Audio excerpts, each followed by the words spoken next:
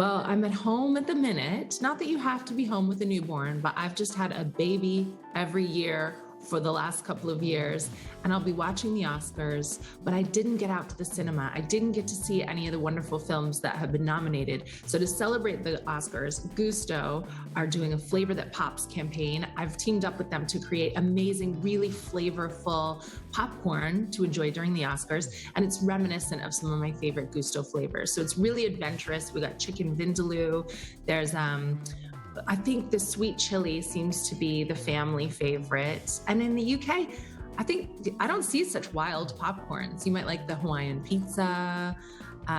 So that's why I love to have fun and enjoy great flavors at home. And I love popcorn, so it's perfect. Well, who doesn't love popcorn? It is the ultimate movie snack, as you mentioned. And in some research done recently by Gusto, over half of Brits admitted to sneaking in snacks into the cinema. Have you ever done it, Katherine? I am a rule follower. People wouldn't guess that about me. I seem to be someone who does whatever I like. I do whatever I like within the confines of certain boundaries. But I understand how Brits would feel quite frustrated that the flavors at the cinema are not that adventurous, and they're a little bit overpriced. And I think it takes the real bottle to come in with a big bolognese or like a chicken sandwich. I've heard amazing stories about takeaways that people have tried to bring into the cinema. But if you're going to enjoy big flavors like that, and dinner especially, it's best to, I think, do that at home. Just watch these things from the comfort of your own home, because you could make an enemy bringing in microwaved fish. Oh yeah, absolutely. We don't want any microwave fish in the cinema anytime soon. It has happened, I'm sure. Well, popcorn and movies certainly go hand in hand, as we've mentioned. And as you mentioned, it is the Oscars this weekend. Are you excited? You said you'll be watching from home? I'm really excited. I don't like to be moved, so I'm often in the dark about the films that have been nominated. They make people feel all these feelings that a comedian like me just doesn't want to confront. I like comedy, and that's it. But when I watch the Oscars, I feel like I look forward to the celebrity monologue at the beginning, the one that got Chris Rock in a bit of trouble last year. Jimmy Kimmel's hosting this year. He's really funny. And I love to see the fashion at the Oscars. So I think it's a real event to sit at home and watch the Oscars every year for those reasons. Well, I was going to ask about that Will Smith, Chris Rock moment. We were all eating our popcorn then, weren't we? Certainly at the time. I mean, I'm sure that won't happen again. Well, I think you set a very dangerous precedent when you stand and applaud someone who has just assaulted a colleague at work. So who knows if it's going to happen again? I sincerely hope it doesn't happen again. I thought it was outrageous.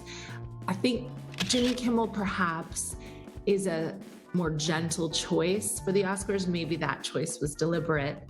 And I think anything that starts a conversation is really interesting. And there have been so many conversations about that relationship and what happened and where it was actually stemming from. And now we have Chris Rock's special where he's discussing everything that went on. So as a viewer, I mean, I never condone any type of violence, but it's been a big year of discussion about it. And anything can happen at the Oscars. I feel like that's what's so exciting.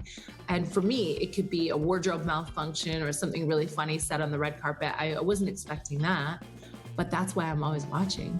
If you were given the chance, would you grab the chance to do the Oscars, present the Oscars? I would present the BAFTAs, I would present the Oscars, and I would nail it. I delivered a celebrity monologue presenting the TV Choice Awards, and that's really my first love in comedy. I would watch late night chat shows, and I got all my news from that satirical celebrity monologue at the beginning. And that's why when I came to this country, I was so motivated by celebrity stuff. And I was always told, oh, that's niche. No one cares about that, Katherine. I thought, no, it's just a bit of fun.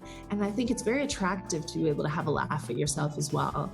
So you can go ahead and get your hair and makeup done and put on a glamorous dress for the evening. But I think what's truly, really remarkable is to see a celebrity in the audience getting roasted with a well-crafted joke and to be able to relax and have a laugh at themselves. Because really the status of the whole thing is to be ridiculed a little bit. I would love to do it. Yeah, I mean, the one that comes to mind with the Golden Globes is Ricky Gervais, who absolutely tears apart every single person in the room, and I'm sure you'd be absolutely brilliant at that. Who would you go after, or are there maybe any celebs that you would melt in front of because they're just so amazingly famous? I think we roast the ones we love. So it's the most famous ones, the ones of whom I am the biggest fan that I would go for, because that's also the one that everyone knows. If you pick a celebrity that's a little bit ambiguous, the room doesn't get the joke. So you have to go for the nominees and you have to go for who's relevant. So I think the most relevant celebrities right now are probably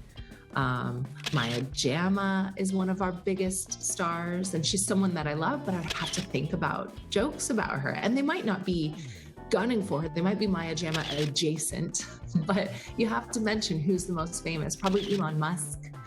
Kanye West is in the news a lot, of course. Paris Hilton just had a baby, the Kardashians.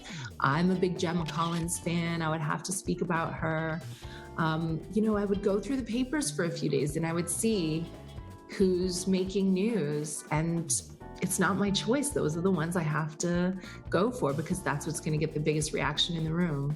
Well, that certainly sounds like good advice, and I hope that we can see you on the Oscar monologue stage sometime soon. But you were certainly very busy last weekend at the O2. You had Katherine Ryan and friends, but you also had the Graham Norton variety show. That must have been great fun, as well as seeing some big names there too. It was amazing. To be able to play the O2 Arena is such a buzz, and I've never sold any tickets to the O2 Arena on my own, but I have been very lucky to be part of some charity lineups with some of my favorite comedians, and on this occasion, a real queer-friendly lineup variety show. There was music, and there was song, and there was drag, and there was comedy, and I got to see Joe Lycett. He's one of my very best friends. I got to meet Graham Norton for the first time. I'd never worked with him before. That was really exciting, and he blessed us with an amazing outfit. I mean, it's surreal sometimes to be chatting with your husband in the car on the way there. He was actually talking to me about my credit card and how I need to pull back on my spending. And I said, you know what? We're on the way to play the O2 Arena. I don't have to listen to this right now. Talk to me about it tomorrow. So I love doing stand-up, and it's been so good to get back on stage with the Just for Laughs Festival. I've sort of taken a little bit of time off since having my daughter in December. So I love it. And I want to write a brand new tour and tour again ASAP. Well, that's certainly something to be excited for if you pop into a comedy show. And congratulations on the baby as well. Thanks very much for coming on. Thank you.